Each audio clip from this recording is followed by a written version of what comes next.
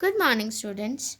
This video is from RSM Vidyashram School for students of class 4th. Today, we are going to start a chapter number 4th of English grammar part articles. There are three articles. तीन तरह के articles होते हैं A and D. Articles A and N are indefinite articles. ए और N जो होते हैं वो इंडेफिनाइट आर्टिकल्स होते हैं. They refer to any singular thing in a group. वो ग्रुप में कोई सिंगुलर चीज को रेफर करते हैं. Article the is a definite article. जो द है वो डेफिनाइट आर्टिकल है. It refers to a specific thing. और ये जो रेफर करते हैं वो एकदम स्पेसिफिक एक ही चीज को रेफर करता है. I saw a banana and an orange in the basket. मैंने एक बनाना और ऑरेंज देखा बास्केट में. I ate the banana and left the orange. और मैंने क्या करा, बनाना खा लिया और एक ऑरेंज छोड़ दिया. The orange.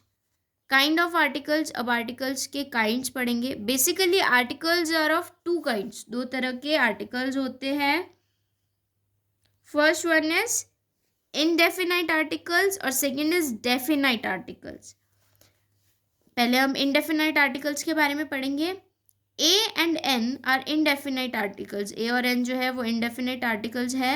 They point to a person or thing in general. वो किसी भी person को या चीज़ को general way में point कर सकते हैं. The use of A and N before a countable noun denotes the singular number. अगर कोई काउंटेबल नाउन है जिसे हम काउंट कर सकते हैं उसके आगे ए या एन है तो वो क्या डिनोट करता है कि वो सिंगुलर है. वो सिंगुलर है. जैसे बिफोर नाउन, नाउन से पहले. A book. Before adjectives. A new book. A chair. A plastic chair.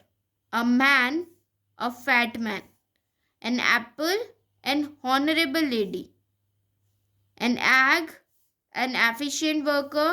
An orange, a valuable thing. An umbrella, an Indian girl. A doctor, an honest engineer. A lawyer, a beautiful girl. तो adjectives क्या होते हैं जो हमको noun के बारे में ज़्यादा बताते हैं, वो एडजेक्टिव्स. ठीक है. तो नाउन्स के पहले ऐसे यूज होते हैं और बिफोर एडजेक्टिव्स ये इसके एग्जाम्पल्स दे रखे हैं. Now come to page number 52. Use of definite articles a and an. अब हम यूज क्या कैसे करते हैं ये पढ़ते हैं. The article a is use before. A किसके आगे यूज होता है.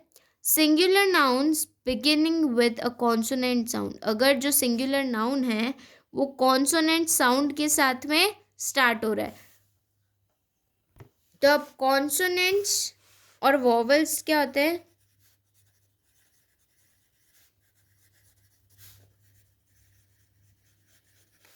टोटल अल्फ़ाबेट्स होते हैं हमारे 26 अल्फ़ाबेट्स. ठीक है. उसमें से ए ई आई ओ यू ये 5 होते हैं वॉवल्स. इनके अलावा जितने भी अल्फ़ाबेट्स होते हैं 21 अल्फ़ाबेट्स वो क्या होते हैं, कॉन्सोनेंट्स होते हैं. वो सारे कॉन्सोनेंट्स होते हैं. ठीक है. An abbreviation beginning with a consonant sound. अगर एब्रीविएशन जो है वो भी कॉन्सोनेंट साउंड के साथ स्टार्ट हो रही है तो अ यूज होगा. The words beginning with u and u but with a sound of yo. अगर कोई वर्ड यू से स्टार्ट हो रहा है या ई यू से स्टार्ट हो रहा है लेकिन उसका साउंड यो निकल रहा है तो भी ए यूज होगा. जैसे a European girl. A useful thing. हो ये यू ई यू से हो रहा है और ये यू से हो रहा है लेकिन यो का प्रोनाउंसिएशन हो रहा है. The words starting with O but with the sound of W. अगर वर्ड स्टार्ट ओ के साथ हो रहा है लेकिन साउंड डब्ल्यू का आ रहा है. A one rupee coin. A one man team. ठीक है. तो अ यूज होगा. The article an is use before. जो आर्टिकल एन है वो किसके आगे यूज होता है. Singular nouns beginning with a vowel sound, अगर कोई सिंगुलर नाउन वोवल साउंड के साथ स्टार्ट हो रहा है तो हम एन यूज़ करेंगे, ठीक है। जैसे an S, an English book, A E I O U, ये सब सिंगुलर है तो हम एन यूज़ करेंगे। The words which begin with silent H, अगर साइलेंट एच है तो भी हम यूज़ करेंगे एन। एन ऑनरेबल, ऑनरेबल होता है honourable lady, an honest person, an R, ठीक है। एन एब्रीविएशन, अगर एब्रीविएशन भी वोवल साउंड के साथ स्टार्ट हो रही है तो हम यूज़ करेंगे an. M A, M B B S, ठीक है। Definite article the, we use the when we speak of a particular thing or something that already been mentioned, हम कोई एक ही पर्टिकुलर चीज़ के बारे में बात करते हैं या कोई चीज़ पहले से मेंशन्ड है उसके बारे में बात करते हैं तो दी यूज़ करते हैं। For example, there is a tree near my house, मेरे घर के पास ट्री है। द ट्री बियर्स मैंगोज, और उस ट्री पे मैंगोज है, ठीक है। तो उस ट्री पे मतलब उसी की बात कर रहे हैं हम जो मेरे घर के पास में है। However, we use the before nouns that have been made specific, अगर कोई स्पेसिफिक भी बना रहा है नाउन तो भी हम द यूज़ करते हैं। I do not like the job they are doing, मुझे वो जॉब नहीं पसंद है जो वो कर रहे हैं, मतलब स्पेसिफिक है क्या। We use the before things that are only one of their kind, अगर एक ही पूरे यूनिवर्सल में एक ही वो चीज़ है तो भी हम द यूज़ करते हैं। जैसे दी अर्थ, एक ही अर्थ है। Delhi is the capital, Delhi राज्य इंडिया का कैपिटल है, राजधानी है, तो एक ही है। We use the before superlatives, हम क्या कर सकते हैं सुपरलेटिव्स के आगे भी दी यूज़ करते हैं। Kranti is the tallest boy in the class, Mount Everest is the highest mountain in the world.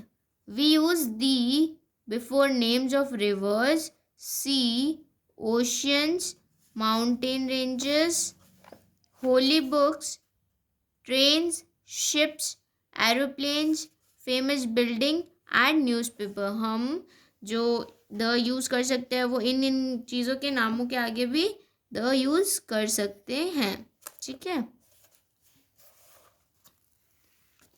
For example, the Nile is the longest river in and the Pacific ocean is the largest ocean in the world.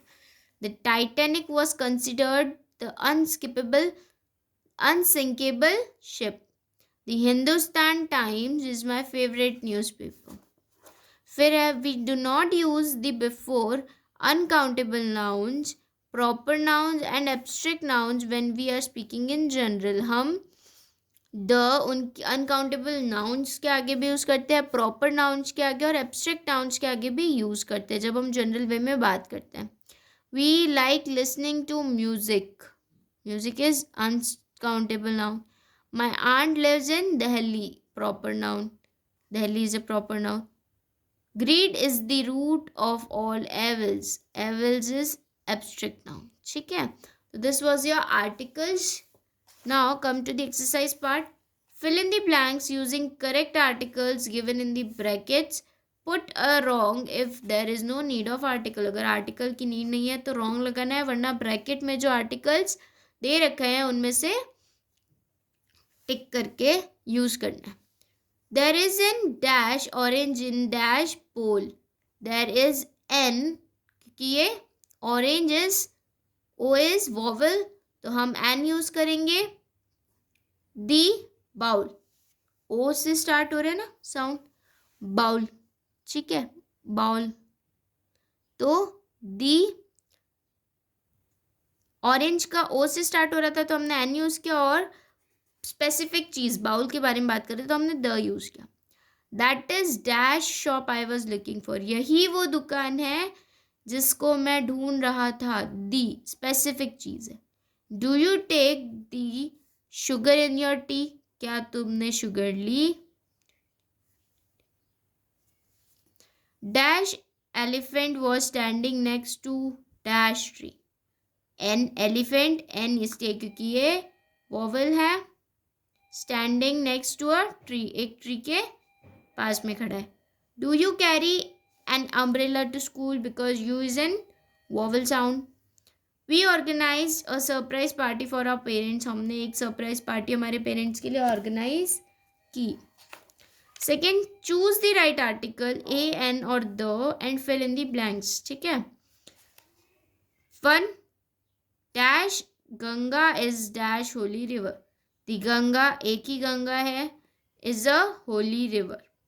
My house is right beside the oak tree. Dash Eiffel tower is a monument in Paris.